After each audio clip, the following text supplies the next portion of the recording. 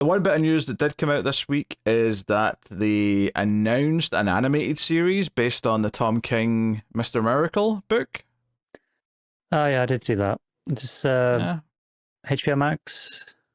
Well, here's the I'll go to 8 and see what they're saying here. Warner Bros. Animation and DC Studios have greenlit the adult animation of iconic Mr. Miracle, announced exclusively via Hollywood Reporter. This is the second adult animation via DC Studios after Creature Commandos. So yeah, it's the Tom King and Mitch Gerrard's book that they're adapting. Worth mentioning, Tom King's Supergirl story is kind of what they're adapting for the Supergirl movie that's coming up next year. I am curious as how close of an adaptation that's going to be. I feel like it's probably going to be kind of loose. I don't see it following it beat for beat, but I mean, we'll see.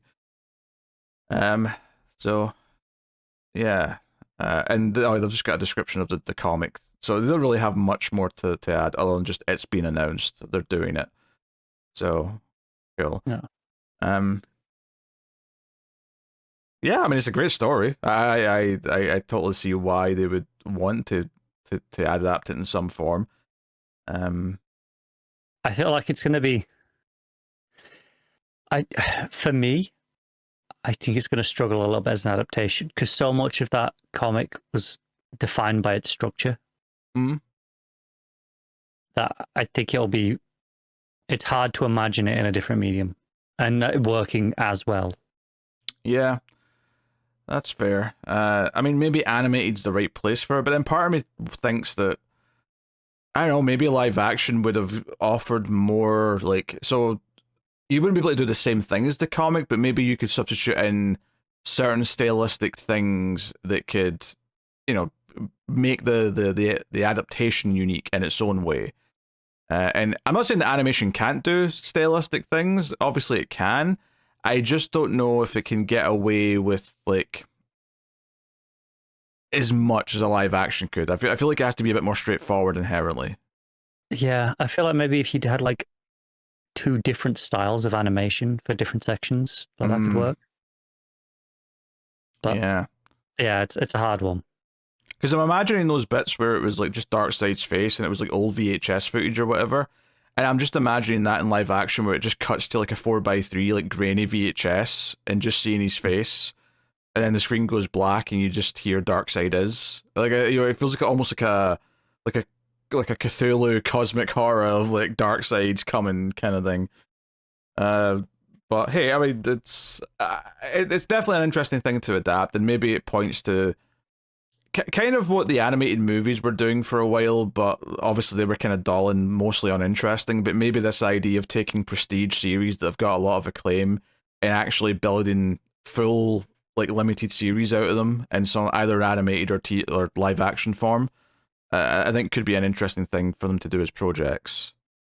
I agree.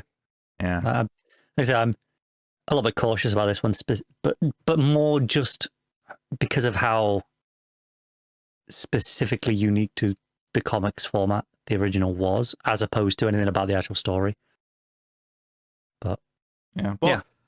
That's what makes it be all the more impressive if whoever's doing it actually does something impressive with it, and it feels like they've captured the magic with different methods because it's a different medium.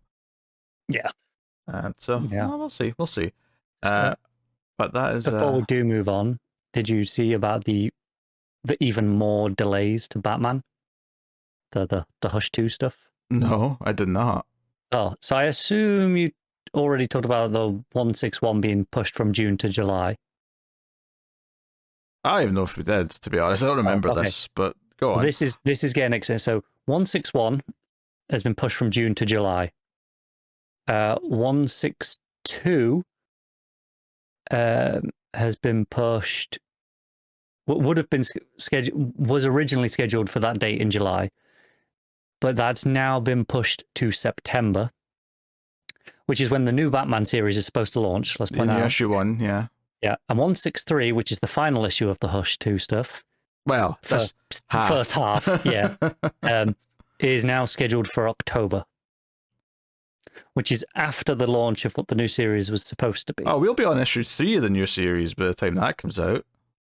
Yeah. Something like that. Yeah, so I don't know if they're going to delay the the new stuff, or if they're planning on. I don't think they should. Being weird. I mean, I get that it's weird that there's like two Batman books and they've got vastly different numbers, but at least the numbers are so different that you wouldn't confuse them. Confused. I think the problem is, depending on where this half of the story ends, if it matters to the start of the new run. I am willing to bet you that it doesn't. It matters absolutely nothing. I agree.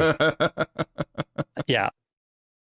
But I know I can't remember who it was, but there was an artist teasing on Twitter last week.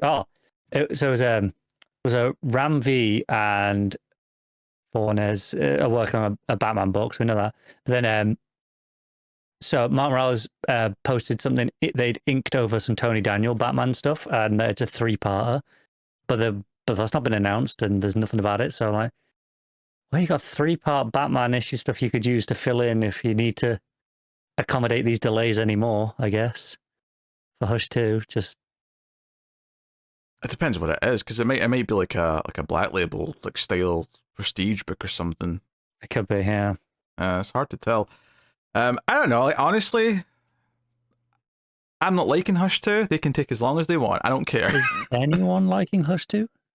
That's some people, I guess. But I do not care. And while I'm not necessarily like chomping at the bit for like the Matt Fraction Batman, like obviously I want to give it a chance, and I don't think it should be delayed because this weird nostalgia trip's like getting like overly delayed. The problem is there are benefits both ways as far as DC are concerned, right?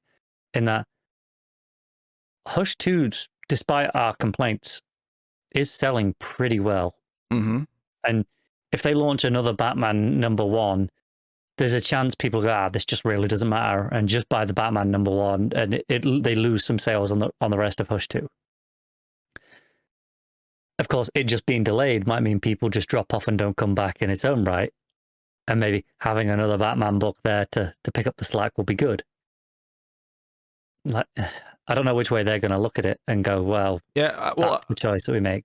Well, there may be another factor here though as well. Like, I mean, who knows? Like, they'll have loosely mapped out maybe what they're doing next year event-wise. Maybe this new Batman book has to start when it does because it has to have finished an arc before we get to like summer events next year or something. You know? It's possible. That is definitely a case. The only advantage to this being delayed, if the book does get delayed, and they just keep working on it in the background, is if they need to, if they do need to hit a certain issue by a certain date, they could probably double ship at some point, a couple of months, because they'll already be ahead scheduling wise to catch back up if needs be. Here's the problem though. They've already delayed the last issue of this stuff until October. Do you really feel that confident that it won't get delayed again until November, December, and at that point we're in next year before this new book can launch? No, I'm not confident at all. This is Jim Lee. Jim Lee is a slow artist on his best day. This is so stupid because it could all have been avoided by just making it a miniseries that was its own thing and didn't like get into the numbering of the main book. That's all they had to do. 100%. They thought this will be a nice fill-in between runs, and they didn't have a backup scheduled. So they're like, right, okay, that'll do. And they've got nothing now, and they don't want to go 4 or 5 months without a main Batman book. So that's why they've put. That's why they've put Hush 2 in the main book. Very possible. It's so silly though, because I get why they think they can, but I'm like, you know what? Like, promote Dark Patterns for those months. Like, try and give that a spotlight. You've got Detective going strong. Like, you know, you've got several Bat books to, you know, put to the forefront and say, hey, Batman and Robin's pretty good right now. Read this. It's like, yeah, I think if they'd known a little bit more in advance, they probably would have done what they've done with Action, where we had like the rotating year of like, you know, 3 issues at a time. They probably would have just done that for 6 months. Just get 2 little guest teams, like 3 issues. Yeah. And then do Hush 2 as a separate full 12-issue maxi on its own. Yeah, I've said this before in the past, and I just want to reiterate it here again on this point of like DC thinking they can't have just a Batman book for a few months. is that it is insanely stupid to me, and this is not even a critique of DC, because they only think like that because of, like, they've got evidence to support it. So this is a critique of the people, of the audience, being morons, right? You know who you are. But this idea that the book called Batman will always sell better than Detective Comics just because it's the one named Batman, regardless of the quality of either book, has always been absolutely stupid. And it will always be stupid. It is.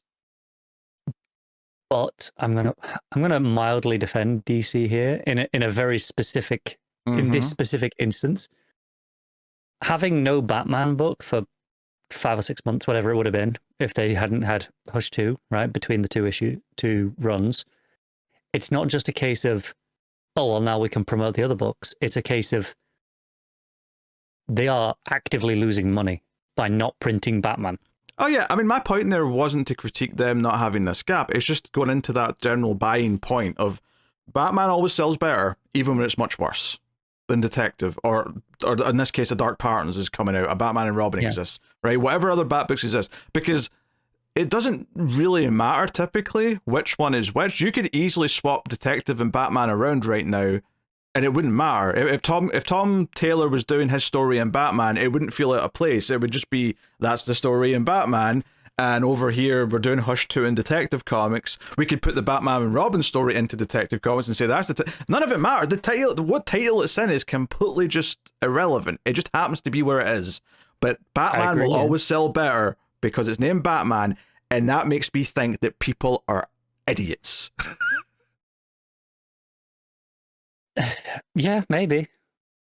I think it's part of it's just there's a large portion of comics readers and people in general who don't do that much research, right? They're not seeing, they just say, hey, that's the Batman book, I'll read Batman.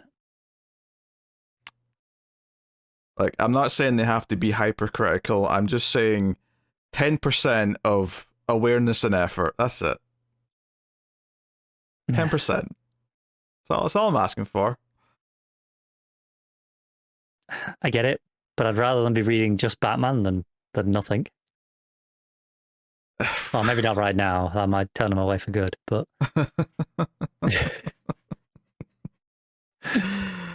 can't imagine if that's someone's first Batman story. Oh god! Do you know the funny thing is that there's probably people who like only read mainline Batman, and that's it. That's all they buy every month. That's kind of that is kind of nuts to me to only have one comic a month, but I guess there are people who do that. Oh, there absolutely are. Like 100%, yeah. Oh well. And to be fair, some of these people who only buy one issue of something a month might be reading constant collections. Like, they might just be reading that way. There's just one comic they like to keep up to date on, and fair enough, whatever. Any format's, completely fair, but yeah, still. Anyway, that's just my complaining over. So that turned into me not being annoyed at the Hush 2 delays, because I really don't care about them, but being annoyed at people and their, I don't know if I call them sheep. That doesn't quite apply here, but yeah. Anyway, obviously I don't mean all of you, just some of you are idiots. Yeah. Just the ones out there buying just Batman, but still listening to this for some reason. I mean, maybe they just listen to that one section, but I mean, maybe they're not.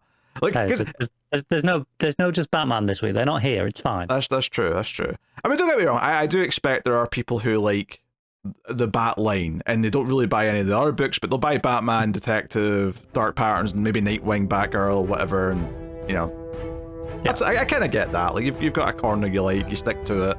I'm not going to fault you. Yeah, that's not that weird. Yeah.